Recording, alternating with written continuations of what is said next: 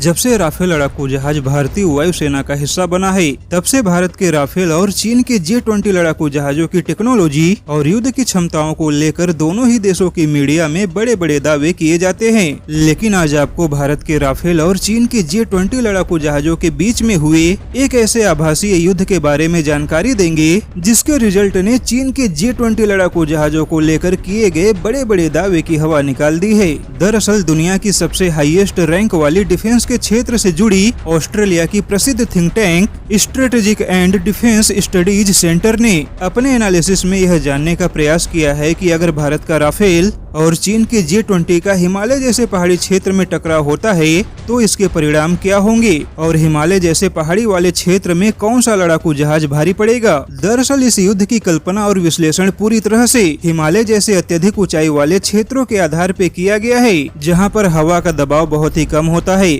यानी कि हवा बहुत पतली होती है और ऐसे कम दबाव वाले वायुमंडल में लड़ाकू जहाजों के इंजन क्षमता के हिसाब से ऊर्जा पैदा नहीं कर पाते, क्योंकि किसी भी इंजन को दहन के लिए अच्छे दबाव वाले हवा की आवश्यकता होती है। और यहीं पर चीन का J-20 लड़ाकू जहाज मार खा जाता है, क्योंकि अगर चीन के J-20 लड़ाकू जहाजों को 20,000 फीट की ऊंचाई पर उड़ान भरना है तो उसे अपने हथियारों को छोड़ना होगा, यानी कि लगभग 20,000 फीट की ऊंचाई पर चीन का J-20 लड़ाकू जहाज हथियारों के वजन के साथ सुरक्षित और संतुलित उड़ान नहीं भर सकता और बिना हथियारों के लड़ाकू जहाज किसी भी काम के नहीं। जबकि भारत का राफेल लड़ाकू जहाज ऐसा करने में पूरी तरह से सक्षम है, क्योंकि भारत का राफेल 60,000 फीट की ऊंचाई तक उड़ान भर सकता है और 50,000 फीट की ऊंचाई तक तो हथियारों के साथ उड़ान भरने की क्षमता रखता है। और अगर चीन के J-20 ने 20,000 फीट की ऊंचाई पे राफेल को रोकने का प्रयास किया तो चीन के पायलट ना तो अपने लड़ाकू जहाजों का संतुलन बैठा पाएंगे और न ही भारत के राफेल पे निशाना लगा पाएंगे।